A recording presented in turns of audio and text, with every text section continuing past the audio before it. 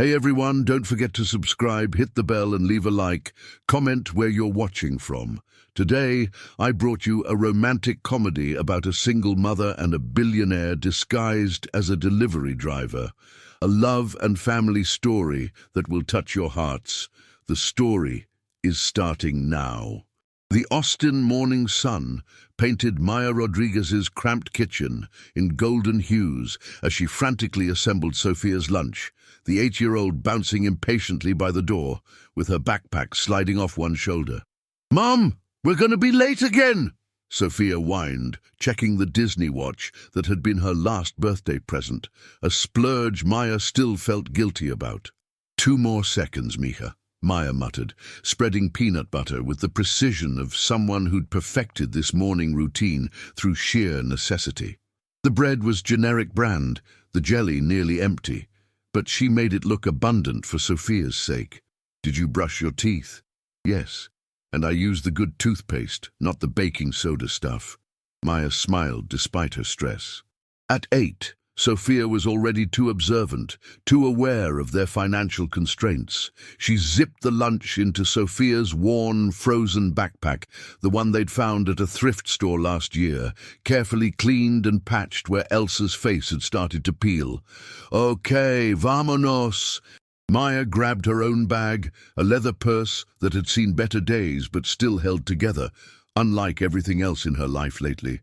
They rushed down 3 flights of stairs from their apartment. The elevator had been under maintenance for 6 months, and into Maya's aging Honda Civic.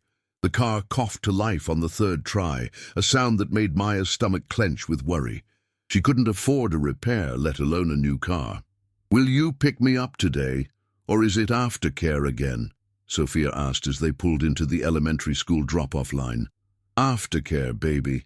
I've got the evening shift at the restaurant." Maya's heart ached as she said it. Between her morning job at the medical office and her evening shift serving tables at Luna's cantina, she barely saw Sophia awake during weekdays. Sophia nodded with the resigned maturity that broke Maya's heart daily. "Okay, love you, Mum." "Love you more than all the stars in Texas," Maya replied, their traditional goodbye. She watched Sophia disappear into the school building, her little figure dwarfed by her oversized backpack, before rushing off to her first job of the day. Dr. Martinez's family practice was already bustling when Maya arrived at 7:45, 15 minutes before her shift. She liked to be early. It was one of the few things she could control perfectly. "Morning, Maya," called Jennifer, the head nurse, as Maya settled behind the reception desk. "Mrs. Thompson is already here for her 8 o'clock, and she's spirited today." Maya groaned playfully. Mrs. Thompson was 92 and had opinions about everything from the temperature of the waiting room to the music they played. But she was also lonely, and Maya had learned that a little extra patience went a long way. The morning flew by in a whirlwind of scheduling appointments, filing insurance claims, and managing the controlled chaos of a busy family practice. Maya had developed an efficiency born of necessity, every task performed with quick precision, every interaction warm but focused. She couldn't afford to waste time, and she'd gotten good at multitasking while maintaining the personal touch that made patients love coming to Dr. Martinez's office. "Maya, could you handle the Johnson insurance situation?" Dr. Martinez asked during a brief lull. "I know it's complicated, but you have that magic touch with these companies." She did have a way with insurance companies, probably because she understood the desperation of needing coverage approved. She spent 20 minutes on hold with Blue Cross, then another 15 patiently explaining Mr. Johnson's situation to 3 different representatives, until finally getting his physical therapy approved. "You're worth your weight in gold, Doctor," Martinez told her as she updated Mr. Johnson's file. If only gold paid better, Maya thought, but didn't say. She loved working at the practice, loved feeling useful and competent, but the salary barely covered basics, even with her restaurant job. Her phone buzzed with a text during lunch break. "Rent reminder, $200 due in 3 days. Late fees apply after the 5th. Austin Properties Management. Maya stared at the message, calculating quickly in her head. With both paychecks and tips from this week, she'd have enough for rent, but not much else. The electricity bill was already past due, and Sophia needed new school shoes. Her current ones had a hole that Maya had been covering with duct tape on the inside. "You okay?" Jennifer asked, noticing Maya's expression. "Yeah, just life stuff." Maya forced a smile and put her phone away. Jennifer was sweet, but she lived in a different world. Married to a lawyer, 3 kids in private school, always talking about their weekend trips to San Antonio or their summer house plans. The afternoon brought its own challenges. A system crash that lost half the morning's appointments, a pharmaceutical rep who wouldn't take no for an answer, and a particularly difficult patient who insisted on arguing about his copay. By 4:30, Maya was mentally and emotionally drained, but she still had to change clothes in the office bathroom and rush across town for her evening shift at Luna's. Luna's Cantina was the kind of Tex-Mex place that locals loved and tourists discovered by accident. Authentic food, generous portions, and prices that didn't require a loan. Maya had been working there for 3 years, ever since Sophia started school and evening shifts became possible. "Orale, Maya," called Carlos, the head cook, as she tied on her apron. "Table 12 has been asking for you specifically. The family with the loud kids." Maya grinned. The Hendersons came in every Tuesday, and their twin boys always requested her because she spoke Spanish with them and didn't get annoyed when they practiced their new words loudly. Mrs. Henderson was pregnant with their 3rd and always looked exhausted, so Maya made sure to keep their chips bowl full and their drinks refilled without being asked. The evening shift was steady but not overwhelming, mostly families and couples, a few solo diners at the bar. Maya fell into her rhythm. Greet with genuine warmth, remember regular customers' preferences, anticipate needs before they were voiced. She was good at this job, really good. But her feet ached in her non-slip shoes, and her lower back protested from being on her feet for 12 hours with only a half-hour break between jobs. "Maya, you've got a delivery," called Sam, the manager, around 8 o'clock. "Someone ordered food to your apartment." Maya frowned. She hadn't ordered anything, couldn't afford to, and Sophia was at aftercare until 9. "Are you sure it's for me?" Says Maya Rodriguez, apartment 3B on Cedar Street. "Maybe Sophia ordered something?" Panic fluttered in Maya's chest. Sophia knew better than to order food, and besides, she was still at school. "I'll take it when I go on break," she said, worry gnawing at her. But break was still an hour away, and the mystery delivery sat in the back of her mind while she served the Hendersons their usual: chicken enchiladas with extra sour cream for Dad, beef tacos with no onions for Mom, and plain quesadillas for the twins. "You seem distracted tonight," Mrs. Henderson observed kindly as Maya refilled her sweet tea. "Everything okay?" "Oh, just tired. Long day."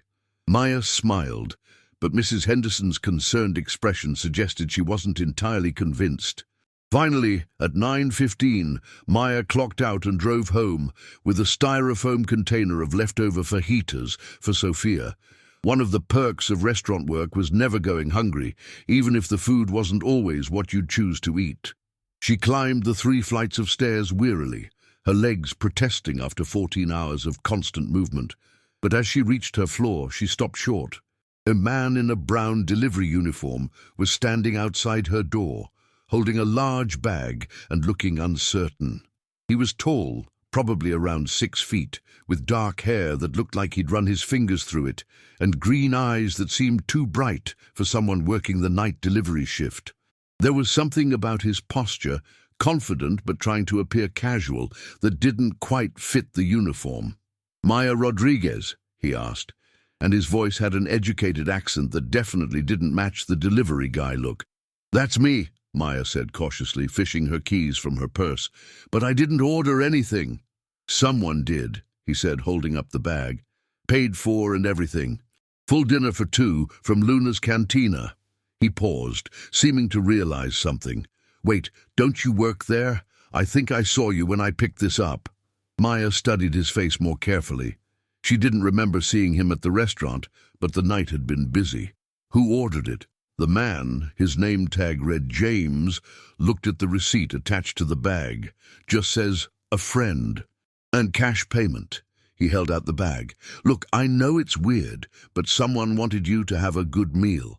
And honestly, after working all day, you probably deserve it. There was something in his tone, genuine warmth mixed with what sounded like personal experience, that made Maya take the bag despite her confusion. It was warm and smelled amazing, far better than her leftover fajitas. Did you see who ordered it? She asked, unlocking her door. Nah, sorry. It was already paid for when I got to the restaurant. James shifted his weight, seeming reluctant to leave. You sure you're okay? You look tired. Maya almost laughed. Tired didn't begin to cover it. Long day, she said simply. I get it. I'm new to this delivery thing, but I've been working since 6 this morning, and my feet feel like they're going to fall off. He gestured at his brown shoes, which looked surprisingly expensive for a delivery driver's salary. I have a newfound respect for people who do this kind of work. Something in his phrasing struck Maya as odd. Newfound respect suggested he hadn't always been doing physical labor, but before she could analyze it further, her phone rang with Sophia's school number. I have to take this, she said apologetically, answering the call. Ms. Rodriguez, this is Janet from Aftercare. Sophia's feeling a little sick, nothing serious, just a headache, and she says her tummy hurts. Could you pick her up a bit early tonight? Maya's heart sank. Sophia was rarely sick, which meant either she was actually coming down with something or she was having one of her sad days, missing Maya, feeling the weight of their situation more than usual. Either way, Maya needed to go get her immediately. Of course, I'll be right there, Maya said, already calculating travel time and parking situations. Everything okay? James asked as she hung up. My daughter's not feeling well. I need to go get her. Maya looked at the food bag, then at this oddly caring delivery driver. Thank you for bringing this. I'm sure Sophia will love having restaurant food that isn't leftovers. How old is she? 8. Maya paused, key halfway to the lock. Why? Just wondering. I hope she feels better. James stepped back, clearly preparing to leave, but then he hesitated. Hey, this might sound weird, but if you ever need anything delivered urgently, like medicine or groceries or whatever, here's my card. I know most delivery services stop pretty early, but I work late shifts. He handed her a simple business card that just read, James Delivery Services, with a phone number. No company logo, which was strange, but Maya was too worried about Sophia to question it thoroughly. Thanks, she said, pocketing the card. That's really kind of you. Just trying to help out a neighbor, James said with a smile that transformed his entire face, making him look younger and somehow more genuine. Drive safe. Maya watched him walk down the hallway toward the elevator, which apparently worked fine for some people, before hurrying back downstairs to her car. As she drove toward Sophia's school, she found herself thinking about the mysterious dinner and the delivery driver, who seemed too articulate, too considerate, and too well-dressed for his job. But mostly she thought about Sophia, hoping it was just a headache and not one of those nights where her 8-year-old daughter cried quietly about missing having a dad or wishing they had more money for fun things like other kids. Sometimes Maya felt like she was barely keeping all the pieces of their life from falling apart, and unexpected kindness, even from strangers, felt both wonderful and somehow dangerous.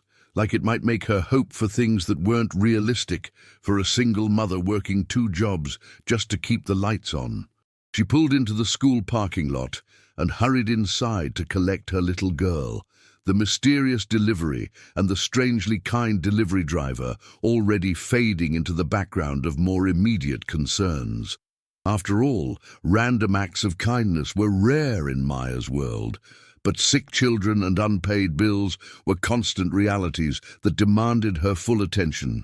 What Maya didn't know was that 3 blocks away, James was sitting in a Tesla Model S, still wearing the delivery uniform, staring at his phone and wondering what the hell he was doing. The bet had been simple. Work as a regular person for 1 week. No money, no connections, just normal jobs and normal pay. His best friend Marcus had been trying to prove a point about privilege and perspective. But James hadn't expected to meet someone like Maya Rodriguez, someone who worked 2 jobs with grace, who worried about her daughter while still being kind to strangers, who made $40 restaurant orders feel like pure luxury instead of a casual Thursday night meal.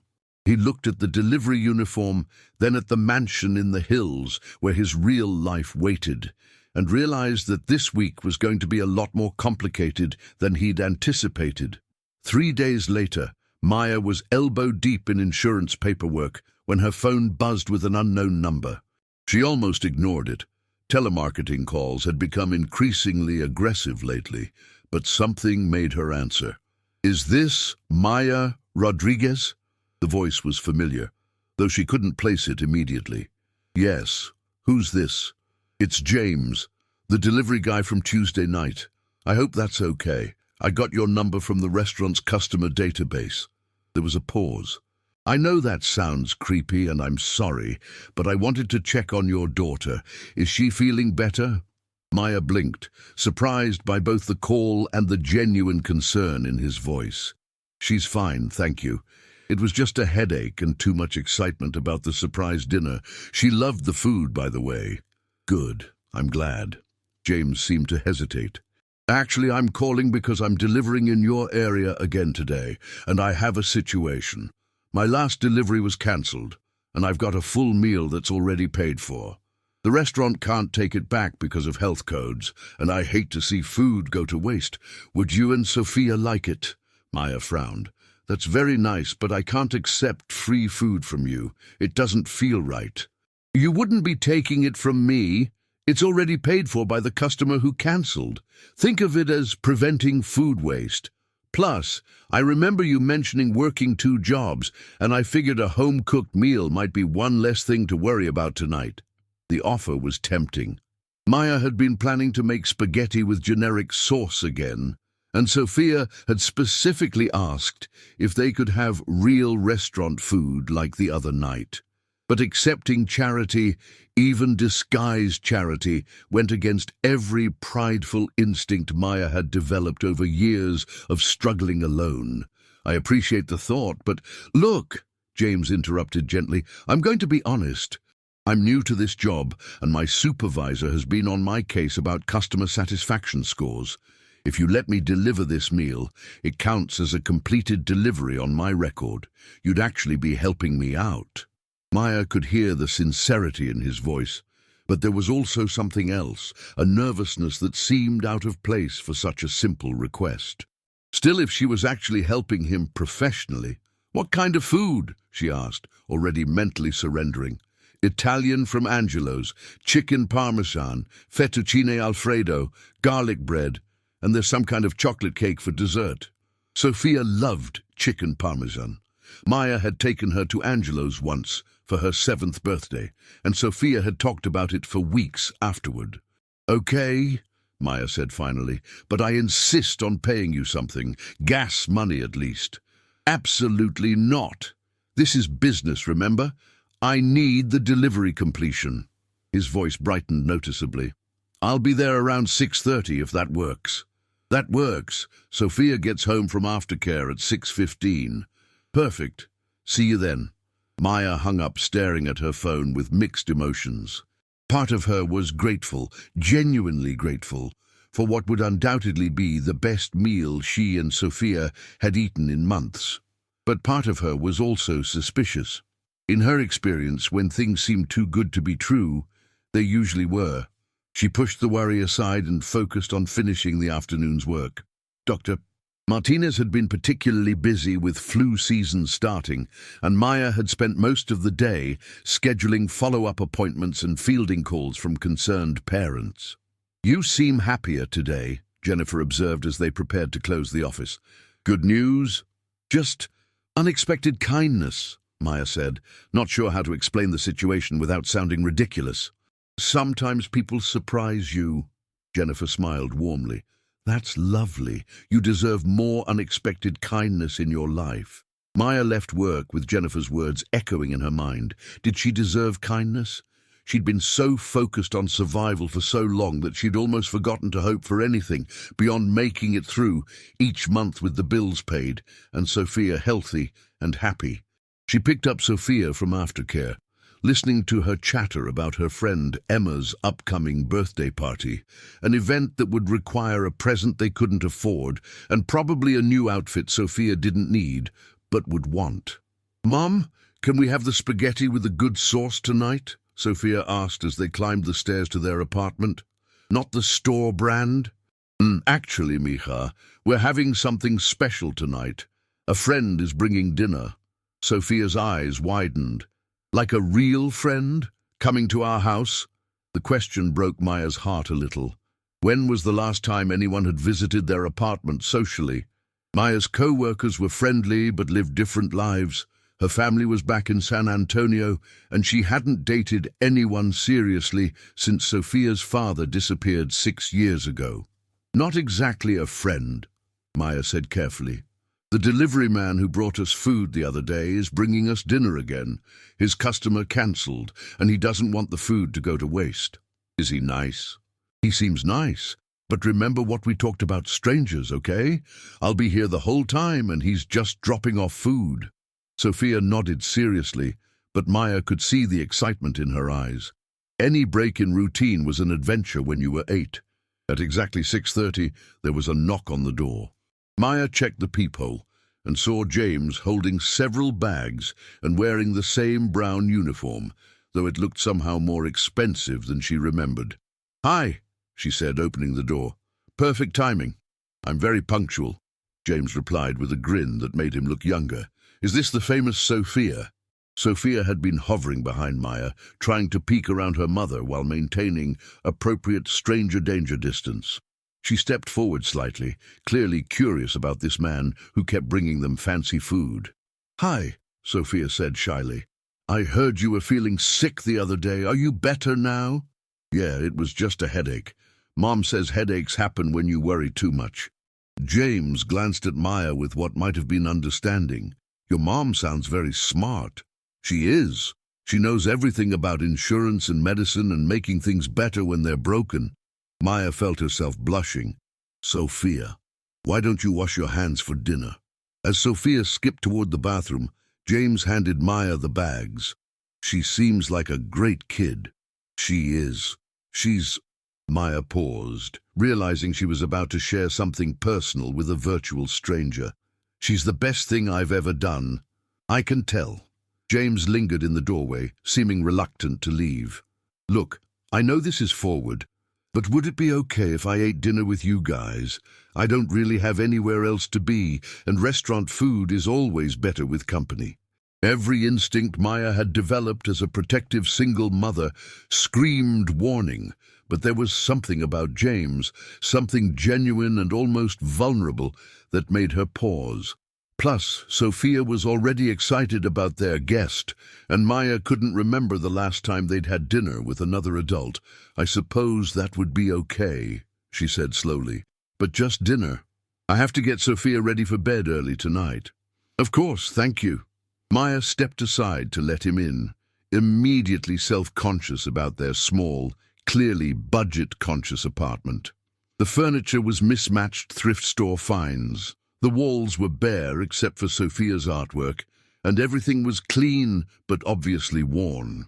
James looked around with what seemed like genuine interest rather than judgment. "This is cozy. I like the art gallery," he said, gesturing at Sophia's drawings taped to the refrigerator. "Sophia's very artistic. She wants to be an illustrator when she grows up. Smart career choice. Creative fields are always evolving." Again, something in his phrasing struck Maya as oddly sophisticated for a delivery driver, but Sophia came bounding back from the bathroom before she could analyze it further. "Can we eat at the table like fancy people?" Sophia asked. "Instead of on the couch?" They rarely used the tiny dining table. It was easier to eat while watching TV after long days. But tonight felt different. Maya found herself setting out their nicest plates, a wedding gift from her marriage that had lasted all of 2 years, and even lighting a candle she'd been saving for a special occasion. "This looks amazing," James said as Maya unpacked the bags. He wasn't exaggerating. Angelo's had sent enough food for 6 people, all expertly prepared and still warm.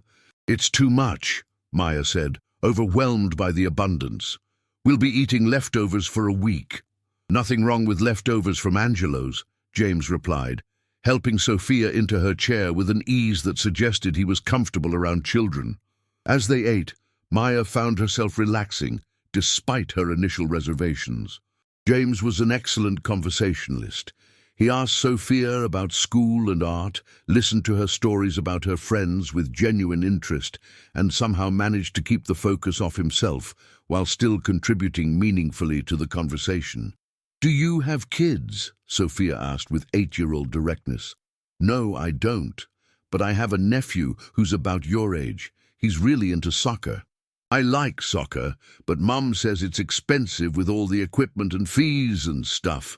Maya's fork paused halfway to her mouth. Sophia wasn't supposed to know about money worries, but 8-year-olds noticed everything. "Maybe there are community programs," James suggested gently. "Sometimes local organizations sponsor kids who want to play sports." "Really?" Sophia's eyes lit up. "Mum, can we look into that?" "We'll see, Mija," Maya said, shooting James a grateful look. He'd handled Sophia's comment perfectly, acknowledging her interest without making Maya feel judged for financial limitations. After dinner, Sophia insisted on showing James her latest drawings while Maya cleaned up, despite his offers to help.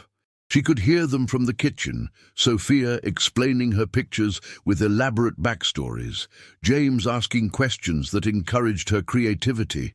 "This one is a princess who builds houses for people who don't have homes," Sophia was saying. "She's very good at construction." "That's a very practical princess," James replied seriously. "The world needs more construction-savvy royalty." Maya smiled, struck by how naturally he engaged with Sophia's imagination. Most adults either dismissed children's ideas or patronized them, but James seemed to genuinely enjoy Sophia's creativity. "It's getting late, baby," Maya called from the kitchen. "Time to get ready for bed.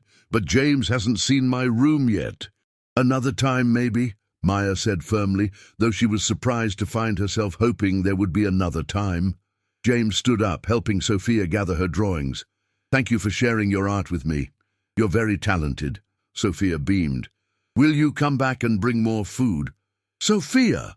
Maya protested, embarrassed by her daughter's bluntness. "It's okay," James said, smiling. "I'd like that very much, if your mum thinks it's okay." Maya found herself nodding before she'd fully thought it through. "We'll see." As Sophia went to brush her teeth, James helped Maya finish cleaning up despite her protests. "You don't have to do that," Maya said as he dried dishes. "My mother would disown me if I ate dinner at someone's house and didn't help clean up." James paused. "She's very big on manners. What does she think about your delivery job?" James was quiet for a moment, and Maya sensed she'd touched on something sensitive. "She thinks I should be doing something more traditional. But I'm learning a lot from this work. About people, about what matters."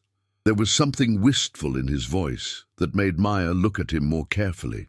In the kitchen light, she could see that his hands were soft, uncalloused, not the hands of someone who'd been doing physical labor for long.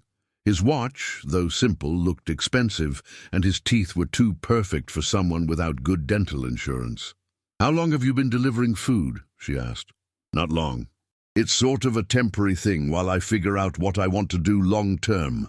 James hung up the dish towel and turned to face her. "Can I ask you something?" Maya nodded, though she felt suddenly nervous.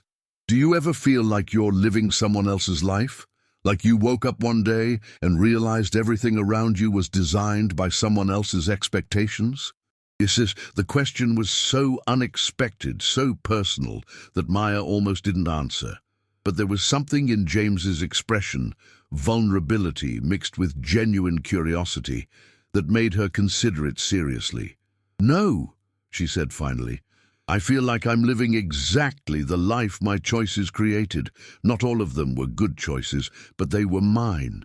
Even the hard parts, especially the hard parts. They're what taught me who I really am." Maya leaned against the counter, studying his face. "Why do you ask?" James was quiet for a long moment. "I've been thinking lately about authenticity, about whether it's possible to really know yourself when your life is comfortable, when you don't have to make difficult choices or sacrifice for what matters." It was such an unusual comment from a delivery driver that Maya felt her suspicions returning. "You sound like someone with a lot of education talking." "I read a lot," James said quickly, but his cheeks flushed slightly. "Philosophy, psychology, that kind of thing." Before Maya could respond, Sophia came bouncing back from the bathroom in her pajamas, demanding a good-night hug from their new friend. "Thank you for dinner," she told James solemnly. "It was the best chicken I ever had." "You're very welcome. Sweet dreams, Sophia." Maya walked James to the door, still thinking about their conversation. "Thank you," she said as he stepped into the hallway. "For dinner, for being so good with Sophia, for, I don't know, being kind to strangers." "You're not strangers anymore," James said softly. "And thank you for letting me stay. I haven't had a home-cooked family dinner in, well, longer than I care to admit. We didn't cook anything. It was all from the restaurant. The company made it feel home-cooked." James hesitated, then pulled out another business card. "I wrote my personal number on the back. If you ever need anything, groceries, medicine for Sophia, anything at all, please call me, day or night." Maya took the card, her fingers brushing his briefly. "James, I have to ask, are you really a delivery driver?" For a moment, his face went completely blank, and Maya was sure he was going to lie to her. Then his expression shifted to something that looked almost like relief. "It's complicated," he said finally. "But I'm not lying about wanting to help you and Sophia. That's the most honest thing I've said in a long time." Maya nodded slowly, not sure what to make of his answer, but oddly reassured by his admission that the situation was complicated. "Complicated I can understand. Lies I can't." "No lies," James promised. "I'll see you soon, Maya." As Maya locked the door behind him and tucked Sophia into bed, she found herself thinking about James's questions about authenticity and choice. She'd meant what she said. She owned her life, even the difficult parts, but she was beginning to wonder what kind of life James was really living, and why a delivery driver talked like a philosopher and looked at her small apartment like he'd never seen anything so real. Meanwhile, James sat in his Tesla in the parking lot for 20 minutes after leaving Maya's apartment, staring at his phone and the 7 missed calls from his assistant. His real life was waiting, board meetings and investment decisions and social obligations, but all he could think about was Sophia's excitement over chicken parmesan and Maya's quiet dignity in the face of struggles she shouldn't have to face alone. The bet with Marcus was supposed to last 7 days. James had managed 3, and he was already dreading the moment when he'd have to choose between the life he'd been born into and the life he was discovering with Maya and Sophia. For the first time in his 32 years, James Wellington was learning what it felt like to be afraid of losing something that really mattered. Maya knew something was wrong the moment Dr. Martinez called her into his private office on Friday morning. In 3 years of working at the practice, she'd never been summoned for a closed-door meeting that wasn't about a promotion or a raise. And given the tight budget she'd overheard him discussing with his wife last week, she doubted this was either. "Please, sit down, Dr. D," Martinez said, his usually warm demeanor replaced by uncomfortable formality. "Maya, you know how much we value your work here." The words every employee dreads. Maya's stomach dropped, but she kept her expression neutral. "Is there a problem with my performance?" "No, absolutely not. Your work has been exemplary, as always." Dr. Martinez rubbed his temples, looking genuinely pained. The issue is financial. The new insurance regulations have cut our reimbursements by 30%, and we're hemorrhaging money faster than we can bring it in. Maya already knew where this conversation was heading, but she let him finish. I'm going to have to reduce staff hours. Starting Monday, I can only offer you 20 hours per week instead of full-time. He paused, meeting her eyes with obvious regret. I know this puts you in a difficult position, and if circumstances were different, 20 hours. Maya did quick math in her head. That would cut her weekly income almost in half. Even with her restaurant shifts, they wouldn't be able to cover rent and basic expenses. I understand, Maya said quietly, because what else could she say? Doctor, Martinez was a good man dealing with an impossible situation, and getting angry wouldn't change the economics. I'll provide excellent references, and I'll keep my ears open for other opportunities. I'm hoping this is temporary, maybe by spring. Thank you, Maya interrupted gently. I appreciate everything you've done for me, really. She made it through the rest of the morning on autopilot, mechanically scheduling appointments and processing paperwork, while her mind raced through impossible calculations. She could pick up more restaurant shifts, but Luna's was already cutting hours due to slow winter business. She could look for weekend work, but that would mean even less time with Sophia. During her lunch break, Maya sat in her car and called her mother in San Antonio. Mija, you know you and Sophia are always welcome here, her mother said, after Maya explained the situation. Your old room is exactly the same. Moving back home. The thought made Maya's chest tighten with a mixture of relief and defeat. It would solve the immediate financial crisis, but it would also mean admitting that 6 years of struggling to build an independent life in Austin had been a failure. It would mean taking Sophia away from her school and friends, starting over again in a smaller city with fewer opportunities. Let me think about it, Mama. I might have other options. Don't let pride keep you from doing what's best for Sophia, her mother said gently. Sometimes asking for help is the strongest thing you can do. After hanging up, Maya stared at her phone, thinking about the business card James had given her. She'd tucked it into her wallet, and now she pulled it out, studying the simple design. On impulse, she called the number. Maya? James answered on the first ring, and she could hear genuine pleasure in his voice. How are you? Not great, actually. Maya hesitated, then decided honesty was the only way forward. I just found out my hours are being cut at my main job. I know we barely know each other, but you said to call if I needed anything, and I'm wondering, do you know anyone who needs part-time office work? I'm good with computers, insurance, customer service. There was a pause on the other end of the line. Maya, I'm sorry. That's really tough news. It is what it is, Maya said, though her voice wavered slightly. I just need to figure out next steps quickly. How quickly? I have about 10 days to come up with next month's rent, or Sophia and I will probably have to move back to San Antonio with my mother. Another pause, longer this time. Can I take you and Sophia to lunch today? I have some ideas, but I'd rather discuss them in person. I can't afford to eat out right now. My treat, please. I want to help, and I think better over food. Maya found herself agreeing, even though accepting more charity from James felt increasingly complicated. There was something about his voice, urgency mixed with what sounded like genuine care, that made her trust him, despite all the red flags her practical mind kept raising. They met at a small cafe near Sophia's school, a place Maya had never been able to afford, but that James seemed to know well.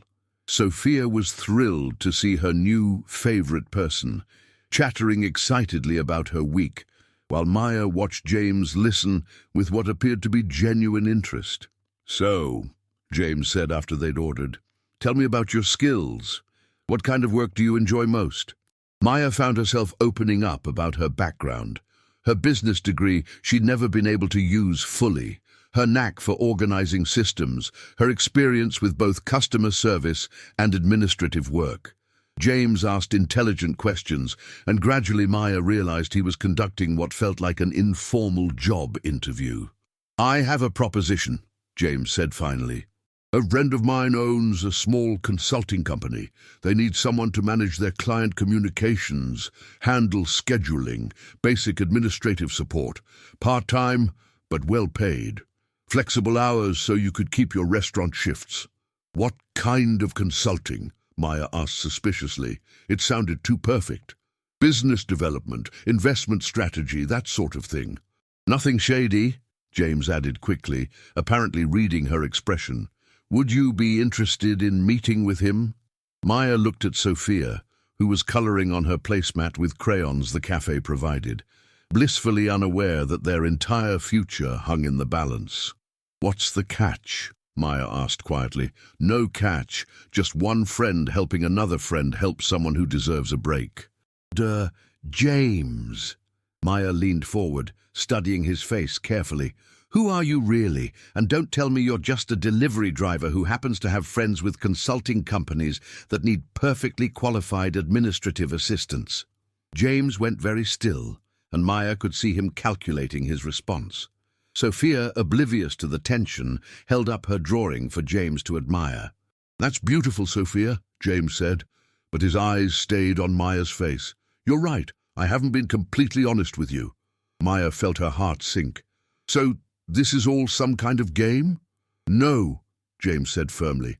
My feelings about you and Sophia are completely real, but my circumstances, they're more complicated than I've let on. Before Maya could respond, Sophia tugged on her mother's sleeve. Mum, I need to use the bathroom. I'll take her, Maya said, needing a moment to process what James had just admitted. In the bathroom, as Sophia washed her hands with more soap than necessary, Maya stared at herself in the mirror. Her instincts had been right. James wasn't who he claimed to be. But instead of feeling vindicated, she felt hurt and confused. Whatever was happening between them had felt real, authentic in a way Maya hadn't experienced in years. When they returned to the table, James was staring out the window with an expression Maya couldn't read. Sophia, would you like some ice cream? James asked. I saw they have chocolate chip. Can I, Mom? Of course, Mija. James walked to the counter with Sophia, giving them a few minutes alone. Maya watched them together, James listening intently as Sophia explained the intricate plot of her latest drawing, Sophia beaming up at him with obvious adoration. Whatever James's deception was about, his affection for Sophia seemed genuine. When they returned, James had clearly made a decision. Maya, I need to tell you something, and I hope you'll hear me out completely before you decide what to think about it. Sophia was absorbed in her ice cream, leaving the adults to talk quietly. I'm not really a delivery driver, James began. My name is James Wellington. I own a technology company called Wellington Innovations. Maybe you've heard of it? Maya's face went blank. She had heard of Wellington Innovations. It was impossible to live in Austin and not know about one of the city's most successful tech companies. She'd seen James Wellington's name in business articles, though she'd never paid close attention to his photo. Maya's voice came out as a whisper. You're a millionaire. A few times over, James confirmed quietly. But everything I've told you about how I feel, about enjoying time with you and Sophia, that's all true. Maya stared at him, her mind reeling. The expensive watch, the perfect teeth, the philosophical conversations, the mysterious cancelled dinners. It all made sense now, and it all made her feel incredibly foolish. Why? She asked finally. Why the charade? It started as a bet. My best friend Marcus thought I was out of touch with how most people live. He challenged me to work regular jobs for a week, live on minimum wage, see how the other half lives. James's cheeks flushed with what looked like shame. It was supposed to be educational, humbling. And was it? Maya's voice was carefully controlled, but James could hear the anger underneath. More than I expected. But not for the reasons I thought. James leaned forward earnestly. Maya, I've met a lot of people in my life, but I've never met anyone like you. The way you handle everything with such grace, the way you've raised Sophia, the way you make me want to be a better person, none of that was part of any bet. But lying to us was. Yes, James admitted. And I'm sorry. I'm sorrier than I can express. Sophia looked up from her ice cream, sensing the change in atmosphere. Are you guys fighting? No, baby, Maya said quickly. We're just having a grown-up conversation. James pulled out his phone and showed Maya a photo of a modern office building. This is my company. The job offer is real. I need someone I trust to handle confidential communications and scheduling. The salary would be $60,000 a year, full benefits, flexible schedule. Maya stared at the phone, then at James. You're offering me a job? I'm offering you an opportunity. You'd be working for me, but you'd earn every penny. I've seen how capable you are, how good you are with people, how organized and efficient you are under pressure. $60,000. Maya couldn't quite process the number. It was more than she'd ever made in her life, more than both her current jobs combined. Plus, health insurance, dental, 2 weeks paid vacation to start. It was everything Maya had dreamed of. Financial security, meaningful work, time with Sophia. It was also charity disguised as employment, offered by a man who'd been lying to her for a week. I need to think about this, Maya said finally. Of course, take all the time you need. What about the delivery job? James smiled ruefully. I think my supervisor will understand if I don't finish out the week. The ride home was quiet, Sophia chattering in the back seat, while Maya processed everything she'd learned. James Wellington. She'd been having dinner with one of Austin's most prominent businessmen, and he'd been washing her dishes and playing with her daughter like a normal person. When they reached the apartment, Sophia ran upstairs ahead of them, leaving Maya and James alone in the parking lot. I know you're angry, James said. You have every right to be. I'm not angry, Maya said slowly. I'm confused and hurt. I trusted you. You can still trust me. The person you've gotten to know, that's who I really am. The money, the company, that's just what I do for work. Maya studied his face, searching for signs of manipulation or insincerity. All she saw was a man who looked genuinely worried about losing something important. Why does it matter to you? She asked. Really? You could have anyone, do anything. Why us? James was quiet for a long moment. Because when I'm with you and Sophia, I remember who I wanted to be before I got caught up in being successful. You make me feel like the person I was before I learned that money could solve problems but not create meaning. It was the most honest thing he'd said to her, Maya realized. And despite everything, despite the lies and the complicated situation and the massive gap in their circumstances, she believed him.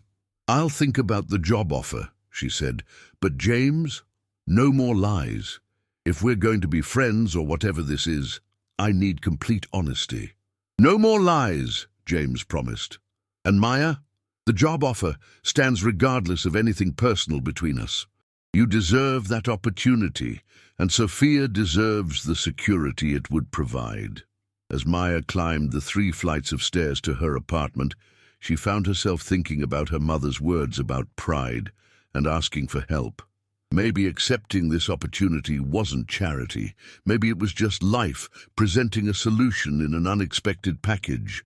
But as she tucked Sophia into bed that night, and her daughter asked innocently if James would be coming to dinner again soon, Maya realized that the job was only part of her decision.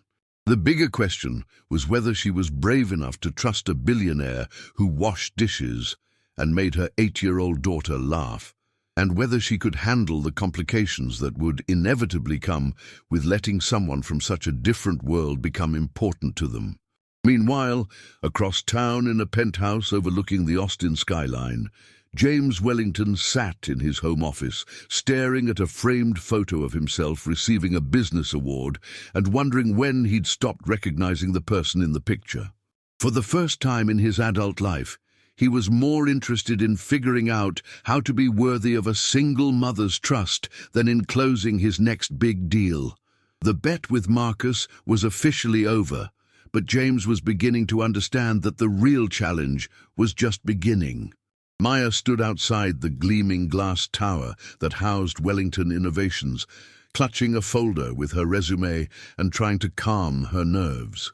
3 days had passed since James's revelation, and after 2 sleepless nights and countless conversations with herself, she'd decided to at least hear him out about the job.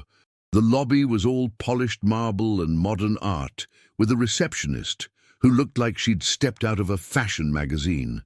Maya suddenly felt underdressed in her best interview outfit, a navy blazer she'd bought at a consignment shop and black slacks from Target.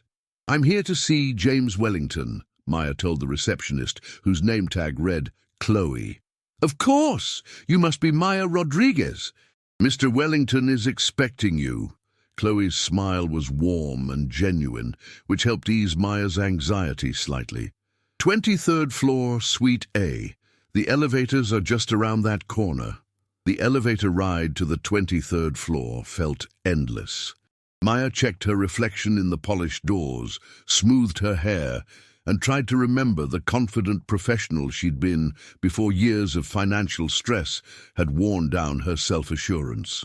The elevator opened onto a reception area that was somehow both impressive and welcoming. Floor-to-ceiling windows offered a stunning view of Austin's skyline, but the furniture was comfortable rather than intimidating, and there were actual books on the shelves instead of just decorative objects. Maya, a woman in her 50s, approached with an extended hand and a warm smile. "I'm Patricia Chen, James's assistant.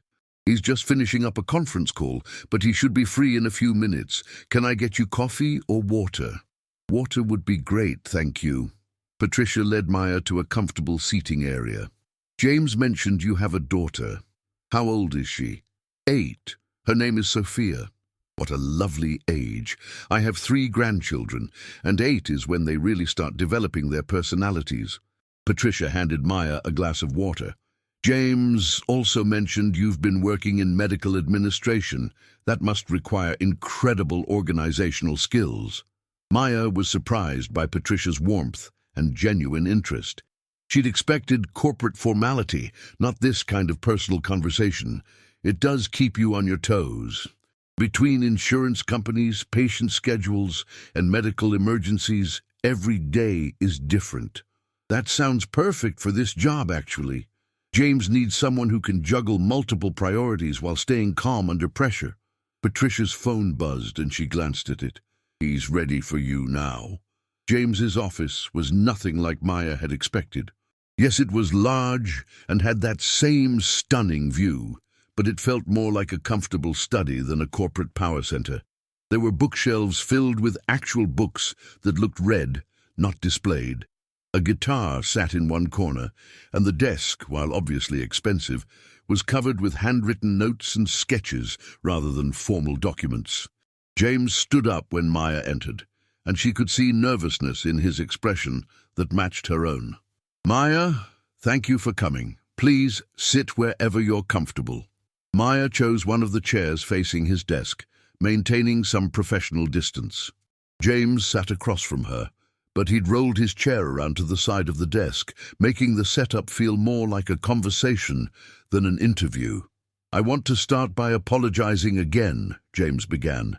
"I've been thinking about how to explain my behavior, and I realize there's no excuse that makes it acceptable. I lied to you, and that was wrong regardless of my reasons." I appreciate you saying that," Maya replied carefully. "I've been thinking too, and I understand why you did it. I just need to know that if we move forward, professionally or personally, honesty is non-negotiable." "Absolutely. Complete transparency from here on out." James leaned forward slightly. "Can I explain what this job would actually involve?" For the next 30 minutes, James outlined the position in detail. Wellington Innovations was growing rapidly, and James needed someone to manage his increasingly complex schedule, handle confidential communications with clients and investors, coordinate travel, and serve as a liaison between his office and various departments. "The salary would be $70,000 to start," James said, and Maya's eyebrows rose, despite her effort to stay composed. That's not charity. It's market rate for someone with your skills in a position that requires this level of trust and discretion. 70,000, Maya repeated quietly. It was more money than she'd ever imagined making. Plus full benefits, 4 weeks vacation and flexible hours. You'd need to be available during core business hours, but if Sophia has a school event or gets sick, we'd work around it. Maya studied James's face. Why are you doing this? Really? James was quiet for a moment, choosing his words carefully. Because you're qualified. Because I need someone I can trust completely. And because, he paused, because getting to know you and Sophia has shown me what's been missing from my life. I want to find a way to be part of your world while helping solve problems I have the resources to solve. That's a lot of responsibility to put on a job offer. The job offer stands regardless of anything personal between us, James said firmly. If you want to work here, but never have dinner with me again, that's completely your choice. Your employment would never be dependent on anything personal. Maya appreciated his directness, but she could also see something vulnerable in his expression that suggested the personal aspect mattered to him more than he was letting on. I'd like to see where I'd be working, Maya said. Meet some of the people I'd be working with. Of course. James stood up, clearly pleased by her interest. Let me show you around. The tour revealed a company culture that surprised Maya. The office was modern and well-equipped, but it felt more like a collaborative workspace than a corporate hierarchy. Employees seemed relaxed and engaged, and several people stopped to chat with James in ways that suggested genuine respect rather than fear. Maya, this is Marcus Thompson, my business partner and the friend responsible for that bet I mentioned. Marcus was a tall, scholarly-looking man with kind eyes and an immediate smile. So, you're the woman who's been keeping James humble. I have to thank you, he's been much more tolerable lately. Marcus, James warned, but he was smiling. I'm serious. He used to be all work and no perspective. Now he actually asks about work-life balance and employee satisfaction. Marcus turned to Maya. Are you considering joining our little family here? I'm thinking about it, Maya said carefully. Good. James needs someone who can keep him grounded. Patricia does her best, but she's too nice to tell him when his ideas are crazy. I heard that, Patricia called from across the hallway, making all three of them laugh. As they continued the tour, Maya met developers, designers, and project managers who all seemed to genuinely enjoy their work. The company culture was collaborative and innovative, but also supportive in ways Maya hadn't expected from a tech startup. What's the company's mission? Maya asked as they returned to James's office. We develop software solutions for small and medium-sized businesses, tools that help them compete with larger companies without requiring huge technology investments. James's enthusiasm was obvious as he talked about the company's work. We focus on affordability and user-friendliness. Technology should empower small businesses, not intimidate them. Maya found herself genuinely interested in the company's work. It aligned with her own values about helping people, just on a larger scale than she'd imagined. When would you need an answer? Maya asked. Take whatever time you need. This is a big decision, and I want you to be completely comfortable with it. As Maya prepared to leave, Patricia approached with a warm smile. Maya, I hope you'll consider joining us. It would be wonderful to have another woman in leadership, and James really does need someone with your kind of practical intelligence. Thank you. Everyone here has been incredibly welcoming. James walked Maya to the elevator, and for the first time since his revelation, the conversation felt natural rather than strained. How's Sophia adjusting to everything? James asked. She keeps asking when you're coming to dinner again. I haven't known what to tell her. What would you like to tell her? Maya considered the question as the elevator arrived. The truth, I think, that life is complicated sometimes, but that doesn't mean good things can't happen. I'd like to have dinner with both of you again, James said quietly. Not as part of any job offer, just because I miss talking with you and hearing about Sophia's latest artistic projects. Let me think about the job first, Maya replied. I need to separate the professional from the personal until I figure out how I feel about both. That makes sense. As Maya drove home, she found herself actually excited for the first time in months. The job was everything she'd dreamed of: meaningful work, financial security, respect for her skills and experience. And despite her lingering hurt over James's deception, she couldn't deny that he'd shown her a level of consideration and respect she'd rarely experienced. When she picked up Sophia from aftercare, her daughter immediately noticed her improved mood. "You look happy, Mom. Did something good happen?" "Maybe, Mija. I interviewed for a new job today." "A better job?" "Potentially much better." "Does that mean we don't have to move to Grandma's?" Maya's heart clenched as she realized Sophia had been worrying about their financial situation more than she'd let on. "We're not moving anywhere, baby. Mama's got this figured out." That evening, as Maya helped Sophia with homework and made dinner from their dwindling groceries, she found herself imagining a different life. A life where she didn't have to choose between being present for Sophia and paying the bills. A life where her skills and education were valued and compensated fairly. A life where maybe, just maybe, there was room for someone like James Wellington. Her phone buzzed with a text from an unknown number. "Maya, this is Patricia Chen from Wellington Innovations. James asked me to send you our employee handbook and benefits information so you can review everything thoroughly. No pressure, just want you to have all the facts. Also, if you have any questions about working here that you'd prefer to ask someone other than James, please feel free to call me directly. Patricia." The gesture struck Maya as both professional and thoughtful. She'd expected pressure tactics or hard sells, but instead she was getting space to make her own decision and access to honest information from someone who had no reason to mislead her. As Sophia got ready for bed, Maya sat at their small dining table with her laptop, reviewing the employee handbook Patricia had sent. The benefits were comprehensive, the policies were fair and family-friendly, and the company values aligned with her own priorities about work-life balance and ethical business practices. "Mom?" Sophia appeared in her pajamas, ready for their bedtime routine. "Yes, baby? Is James going to be your boss at the new job?" Maya was surprised by Sophia's perceptiveness. "How did you know the job was with James? You've been happier since he started bringing us food, and today you were happy after your interview.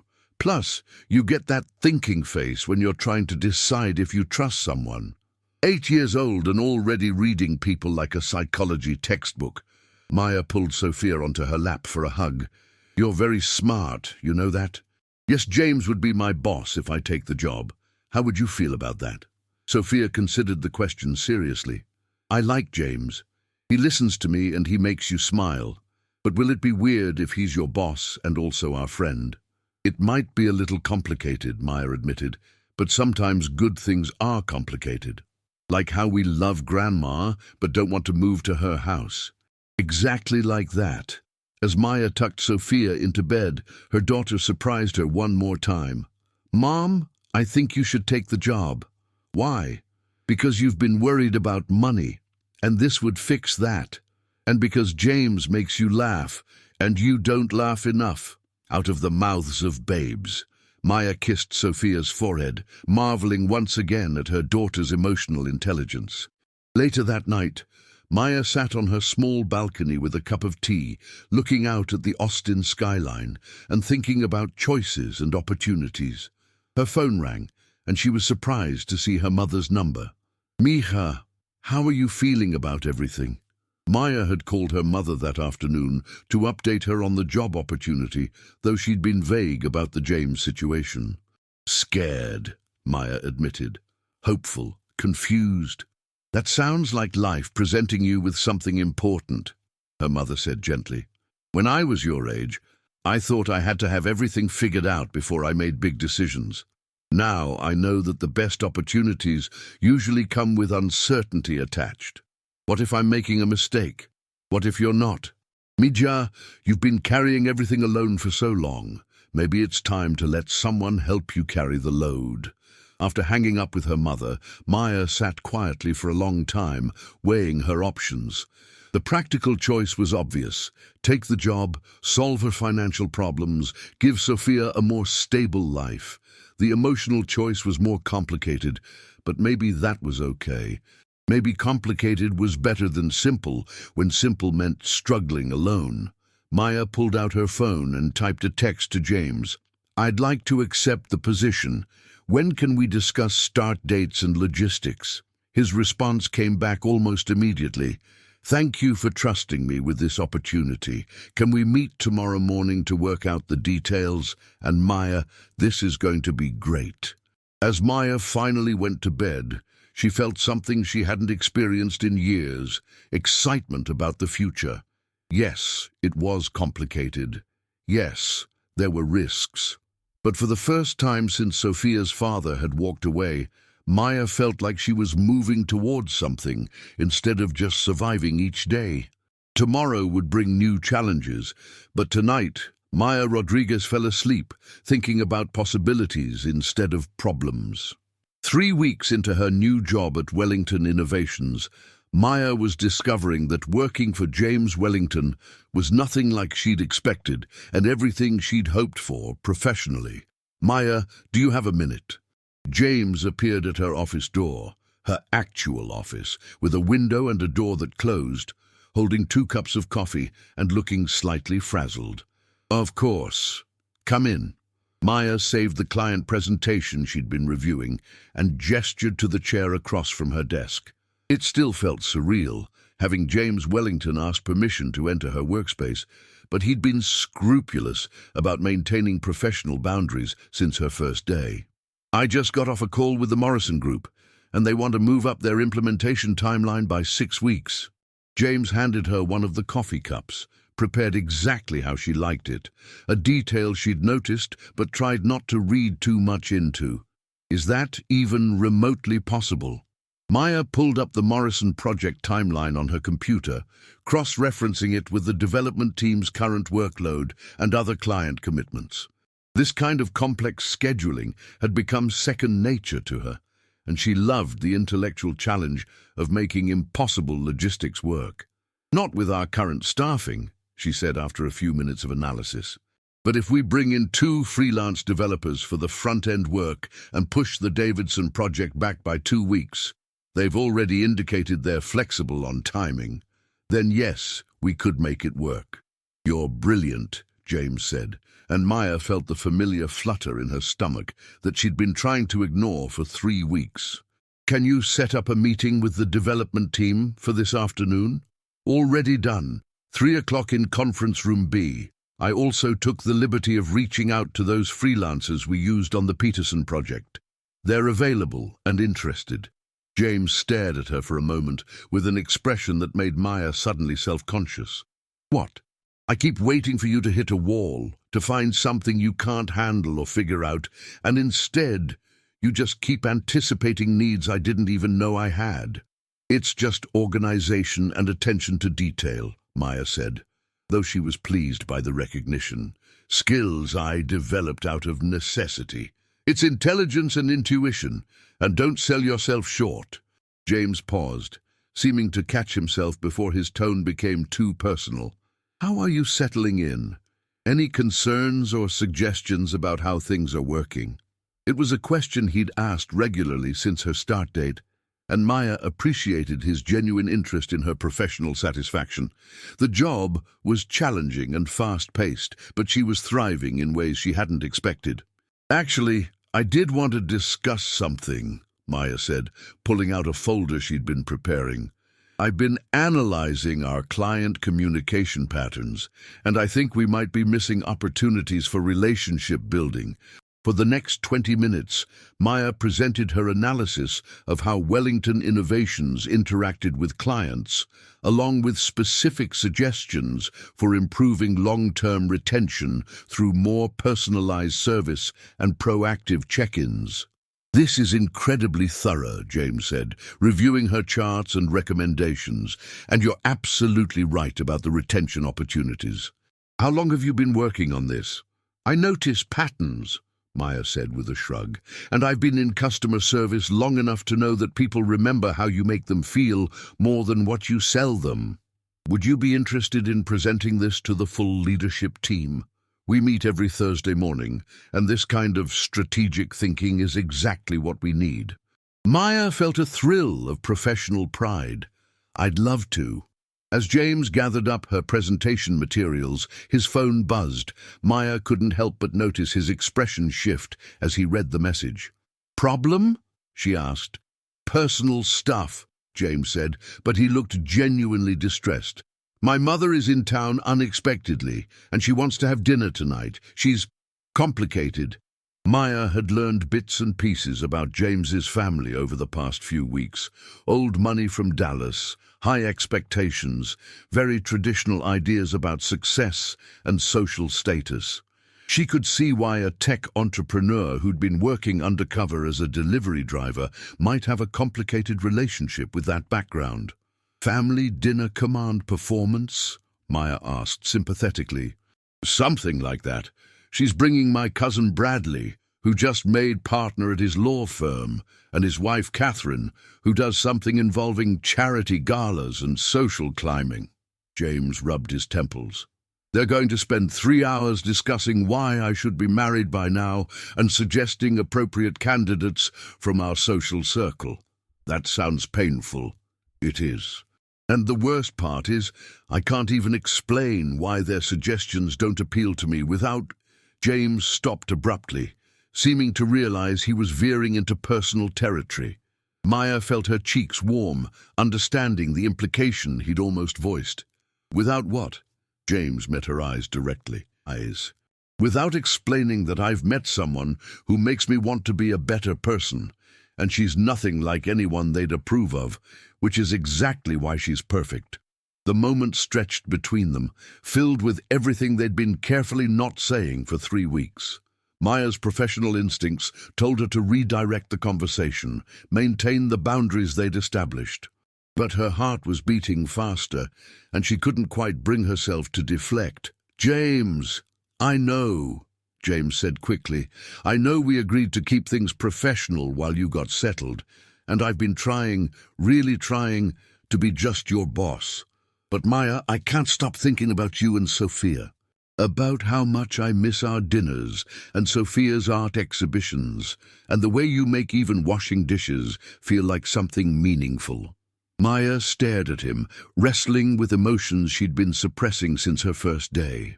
Working with James had only reinforced her initial impressions. He was brilliant and kind, demanding but fair, someone who treated every employee with respect, regardless of their position in the company hierarchy. "This is complicated," Maya said finally. "I know, and if you want to keep it purely professional, I'll respect that completely. Your job security has nothing to do with anything personal between us. I believe you about that," Maya said. "But James, even setting aside the work situation, we're from completely different worlds. You're having dinner with lawyers and socialites, and I'm trying to figure out how to afford Sophia's school pictures." "Actually," James said with a slight smile, "I was thinking about asking if you and Sophia would like to have dinner with me instead. Let my family enjoy their evening of social networking while I have an actually meaningful conversation about Sophia's latest artistic projects." Maya's resolve wavered. She'd missed their dinners too, missed the easy conversation, and Sophia's excitement about their unusual friend. "My mother would probably have opinions about that," Maya said. "My mother definitely would," James replied, "which is probably a good sign." Before Maya could respond, her phone rang with Sophia's school number. She answered immediately, her maternal instincts on high alert. "Ms. Rodriguez, this is Principal Watson. Sophia's fine, but she's in the nurse's office with a stomachache. We think it might be stress-related." Maya's heart clenched. "Stress? She's 8 years old. Sometimes children have delayed reactions to major changes. The nurse mentioned that Sophia's been talking about your new job and some concerns about how that might affect her routine." Maya closed her eyes, feeling guilty about something she'd thought was purely positive. I'll be right there. Is everything okay? James asked as she hung up. Sophia's having some kind of stress reaction at school. I need to go get her. Maya was already gathering her purse and keys, her focus shifting entirely to her daughter's needs. Go. Take care of her. Do you need anything? A ride or... No, thank you. I'll probably work from home tomorrow if that's okay, just to keep an eye on her. Of course. And Maya? If you need to leave early for the rest of the week, or if Sophia needs anything, medical attention, counseling, whatever, don't worry about work. Family comes first. Maya paused at the door, struck by his immediate and genuine concern for Sophia's well-being. Thank you. That means a lot. 20 minutes later, Maya was holding Sophia in the nurse's office, her daughter's small frame trembling slightly against her chest.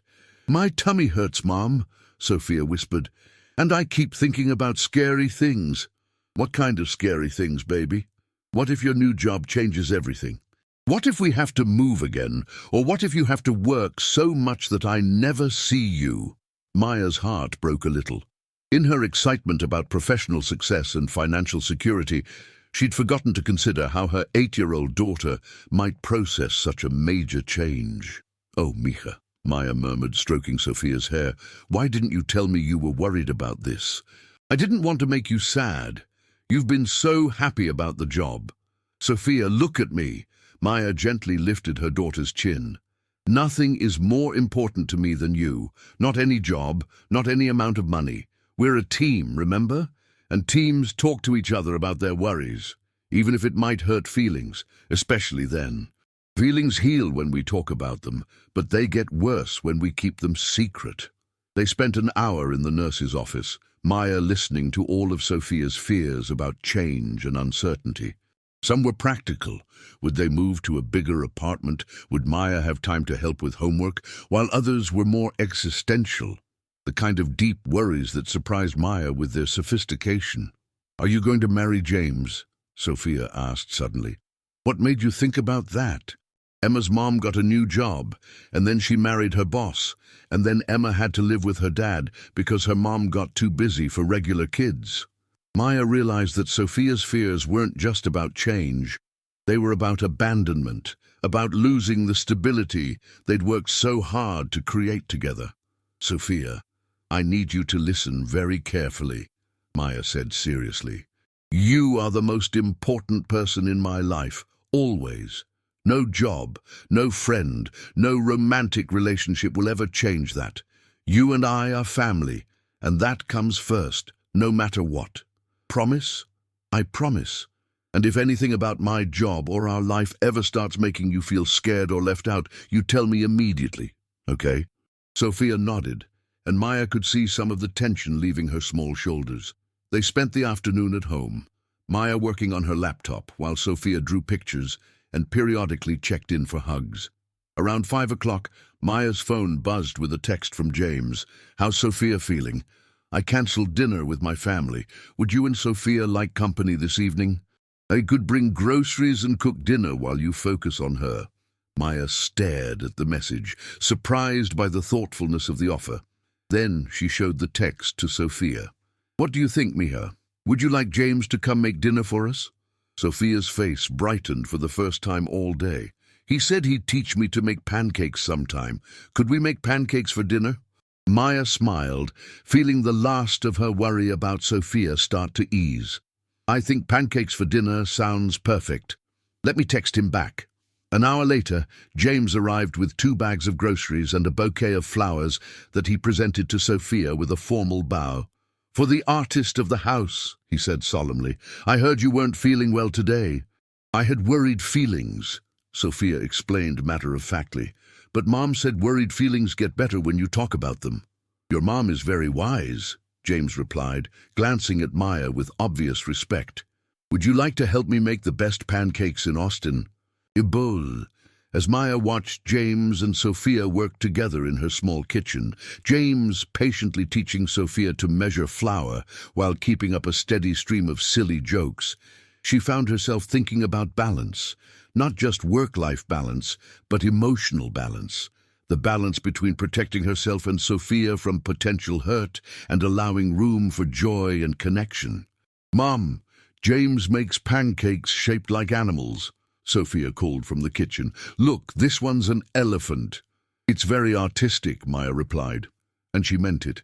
But she was also thinking about James cancelling dinner with his family to take care of her daughter's stomachache, about the way he'd immediately prioritized Sophia's well-being over any professional obligations.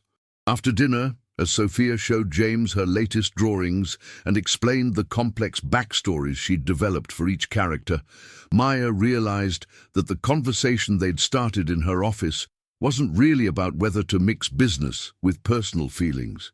It was about whether she was brave enough to trust someone with not just her own heart, but Sophia's happiness too. "Mom, can James help me with my geography project?" Sophia asked. "We have to interview someone who's traveled to different places." "I'd be honored to help with your project," James replied. "I've been to some pretty interesting places for work." "Really? Like where?" As James began describing his business trips to Tokyo and London and São Paulo, Maya saw Sophia's eyes light up with excitement about the wider world. And she realized that James wasn't just offering her a better job or even a romantic relationship. He was offering Sophia experiences and perspectives that Maya couldn't provide alone. Later, after Sophia was in bed and James was helping clean up the kitchen, Maya finally addressed what had been building between them all evening. "You cancelled your family dinner," she said. "It wasn't much of a sacrifice. Listening to my cousin Bradley explain tax law for 3 hours isn't exactly a loss." "That's not the point. You chose us over your family obligations." James stopped drying dishes and turned to face her. "Maya, I didn't choose you over anything. I chose to be where I wanted to be, with people who matter to me. We matter to you. You and Sophia are the best part of my life right now," James said simply. "That job offer was real, and your professional success matters to me because you deserve recognition for your talents. But on a personal level, these evenings, getting to know both of you, feeling like part of a family, that's what makes everything else worthwhile." Maya studied his face, looking for signs of insincerity or manipulation. All she saw was a man who'd walked away from inherited expectations to build something meaningful, and who looked at her daughter with genuine affection. "This is still complicated," she said. "The best things usually are. And we work together now, which means we know how well we function as a team." Maya smiled despite herself. "You have an answer for everything." "Not everything. I still don't know how to convince you that taking a chance on this, on us, might be worth the risk." Maya moved closer to him, close enough to see the vulnerability in his green eyes. "What exactly are you asking me to take a chance on?" "Honestly, I don't know yet. I just know that I want to find out what this could be. And I want Sophia to keep drawing me pictures. And I want to wash dishes in your kitchen instead of eating alone in my empty house." "That's not very romantic," Maya teased. "It's the most romantic thing I've ever said," James replied seriously, "because it's true, and it's about building something real together instead of just enjoying some fantasy." Maya reached up and touched his cheek, feeling him lean into her hand. "Okay," she said quietly. "Okay. Okay, let's see what this could be. Slowly, carefully, with Sophia's well-being as the top priority." "Always," James agreed. "And Maya, thank you for trusting me with something this important." As James kissed her goodnight, soft and sweet and full of promise, Maya realized that she wasn't just taking a chance on romance. She was taking a chance on partnership, on the possibility that she didn't have to carry everything alone anymore. It was terrifying and exhilarating, and exactly what she'd been afraid to hope for.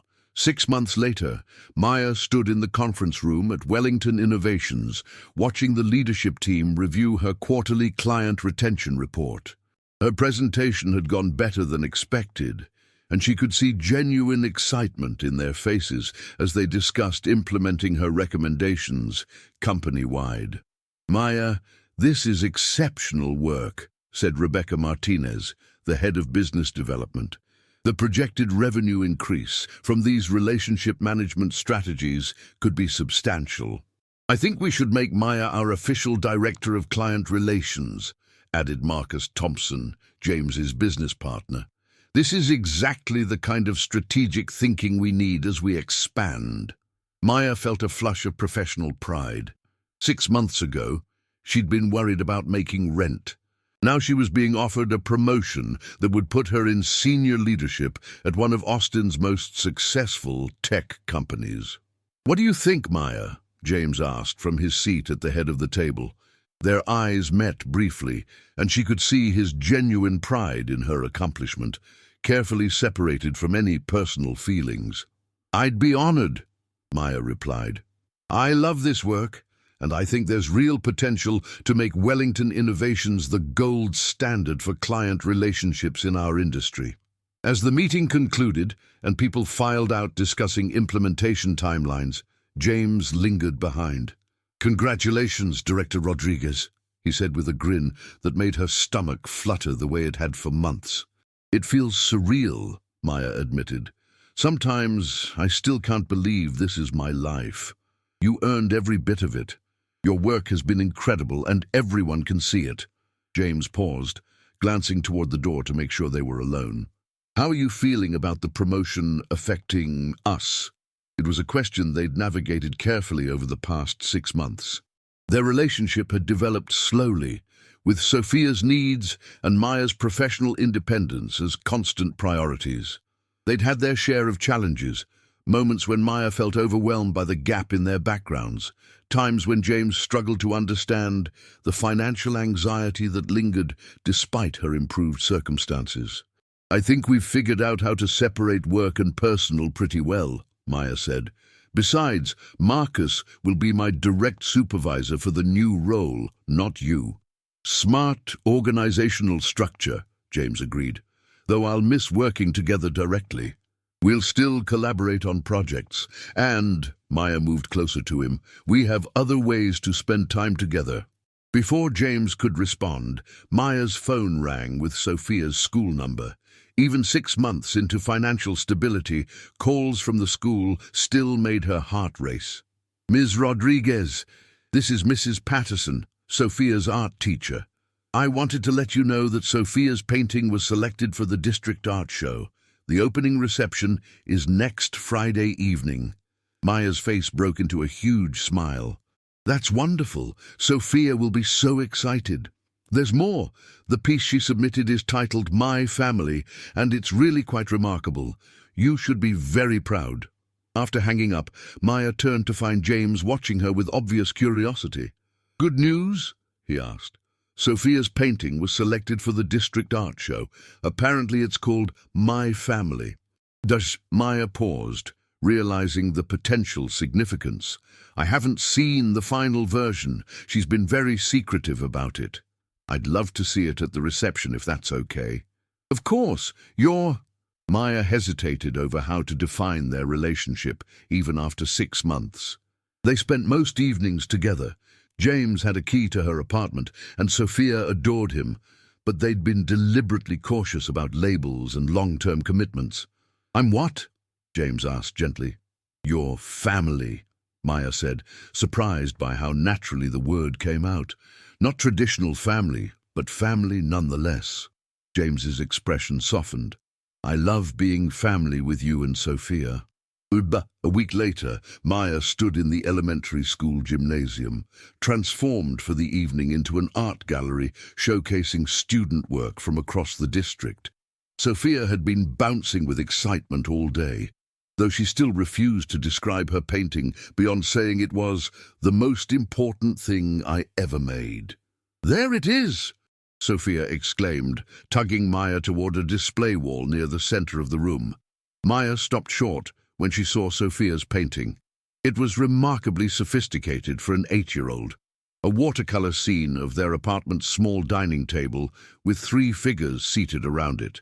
Maya recognized herself and Sophia immediately, but the third figure was clearly James, painted with careful attention to his green eyes and dark hair. But what took Maya's breath away was the background. Sophia had painted their small apartment, but she'd added details that transformed it into something magical. Warm, golden light, flowers on the windowsill, what looked like family photos on the walls, and a sense of abundance that had nothing to do with material wealth. The placard next to the painting read, "My Family" by Sofia Rodriguez. This painting shows the most important people in my life. My mum works very hard and is the smartest person I know. James makes the best pancakes and listens to all my stories. Together, we make each other happy, which is what families do. Maya felt tears threatening as she read Sophia's description. James appeared beside her, having finally fought through the crowd, and she heard his sharp intake of breath as he saw the painting. "Sophia," James said quietly, "this is beautiful. Do you like it? I wanted to paint how we look when we're together. Like we all belong." "We do all belong," Maya said, pulling Sophia into a hug and meeting James's eyes over their daughter's head. Because that's what Sophia was to James now, their daughter. Not legally, not officially, but in all the ways that mattered. He helped with homework, attended parent-teacher conferences, knew Sophia's friends and fears and dreams. And Sophia had claimed him as family, with the certainty that only children possess. "Look, there's Mrs. Patterson," Sophia said, spotting her art teacher across the room. "I want to introduce you to her." As Sophia dragged James away to meet her teacher, Maya stood alone with the painting, marveling at her daughter's artistic vision. Sophia had painted not what their family looked like from the outside, but how it felt from the inside. Warm, secure, full of love and possibility. "That's your daughter's work?" asked an older woman standing nearby. "Yes, it is. It's remarkable. She has real talent, but more than that, she has emotional intelligence. To capture that sense of belonging and contentment at her age, it's quite special." "She is special," Maya agreed, watching Sophia animatedly explain her artistic process to anyone who would listen. Later that evening, after the reception, and after Sophia had been tucked into bed with promises to frame her painting and hang it in a place of honor, Maya and James sat on her small balcony, sharing a bottle of wine and processing the evening. "She painted us as a family," James said, still seeming slightly amazed by it. "She sees what she sees," Maya replied. "Sophia's always been good at understanding what matters." "Maya," James set down his wine glass and turned to face her fully. "I know we've been taking things slowly, being careful about not rushing into anything that might disrupt what we've built. But," Maya could sense a significant conversation approaching, "but I think Sophia's painting made me realize something. We're not building toward being a family. We already are one. The question is whether we're ready to make it official." Maya's heart began beating faster. "Official how?" James reached into his jacket pocket and pulled out a small velvet box. Maya's breath caught, but James held up a hand before she could speak. "Before you say anything, I want you to know that this isn't about rushing or pressure or changing anything about what we have. It's about recognizing what we've already built and choosing to commit to it formally." He opened the box to reveal a stunning but elegant diamond ring, beautiful without being ostentatious, classic without being traditional. It was perfect for Maya in ways that suggested James understood her completely. "Maya Rodriguez, you've made me a better man and a better person. You've taught me what it means to be part of a real family. And you've shown me that love isn't about grand gestures. It's about showing up every day and choosing to build something meaningful together." Maya felt tears starting to flow, but she let them come. "Sophia has already claimed me as family, and I'd be honored to make that official by adopting her, if you'll have me. I love you both completely, and I want to spend the rest of my life earning the trust you've placed in me." "James, I know this is a big decision, and I know you need to think about Sophia's needs and your own independence and all the practical considerations. I don't need an answer tonight. I just need you to know that I'm ready when you are." Maya looked at the ring, then at James's face, then back at the sliding door where Sophia was sleeping peacefully in her room. For 6 months, she'd been waiting for the other shoe to drop, for some sign that their unlikely relationship wouldn't work in the real world. Instead, it had gotten stronger and more natural with each passing day. "You want to adopt Sophia?" Maya asked. "I want to be her father in every way that matters. She already calls me her bonus dad when her friends ask, 'Did you know that?'" Maya laughed through her tears. "No, I didn't know that. She's sneaky. She gets that from her mother." Maya took a deep breath, thinking about choices and risks and the family portrait Sophia had painted of them. "James, I don't need time to think about it." His face went very still. No, because you're right. We're already a family. We have been for months. The ring and the legal papers and the ceremony, those are just ways of telling the world what we already know." James's expression shifted from nervous to hopeful. "Is that a yes?" "That's a yes to the marriage proposal, and a yes to Sophia's adoption, and a yes to making official what Sophia's been telling people for months anyway." Maya held out her left hand. "Put the ring on, James. Let's be a family." The ring fit perfectly, and as James slid it onto her finger, Maya felt a sense of completion she hadn't expected. Not because she needed a man to complete her, she'd learned long ago that she was whole on her own, but because she and James had built something together that was stronger than either of them alone. "Should we wake up Sophia and tell her?" James asked. "Are you kidding? She'll be up at dawn demanding to know every detail about the proposal and the wedding, and whether she gets to be in charge of decorations." "I love that kid," James said, pulling Maya closer. "She loves you too. We both do." As they sat together on the balcony, Maya thought about the journey that had brought them here. A year ago, she'd been a struggling single mother who could barely afford groceries. Now she was engaged to a man who'd stumbled into her life, disguised as a delivery driver, and stayed to become the father Sophia had never had. "James? When we tell people our story, how are we going to explain the delivery driver part?" James laughed. "I think we tell them the truth, that sometimes the best things in life come disguised as something ordinary, and if you're paying attention, you might just recognize them for what they really are. And what are we really? We're proof that families can be built in unexpected ways, and that love doesn't always look like what you thought you were looking for." The next morning, Sophia's reaction to the news was everything Maya had expected and more. "I knew it!" Sophia shrieked, bouncing on Maya's bed where they'd gathered for the announcement. "I knew you were going to get married. Can I help plan the wedding? Can I wear a fancy dress? Are we going to move to a bigger house? Can I have a room just for art?" "Slow down, Misha," Maya laughed. "We'll figure out all the details together. But I get to help plan everything, right? Because I'm the one who painted us as a family first." "You absolutely get to help plan everything," James assured her. "What's the most important thing we need to include in the wedding?" Sophia considered this seriously. "Pancakes," she said finally. "Because that's how we became a family. You taught me to make pancakes, and Mom learned that you were good at taking care of us." Maya and James exchanged a look over Sophia's head, both thinking about how 8-year-olds had a way of distilling complex emotions into perfect simplicity. "Pancakes at the wedding it is," Maya agreed. 6 months later, Maya stood in the gardens of a small venue outside Austin, wearing a simple but elegant dress that Sophia had helped choose, watching her daughter walk down the aisle scattering flower petals with 8-year-old enthusiasm rather than traditional solemnity. The ceremony was small.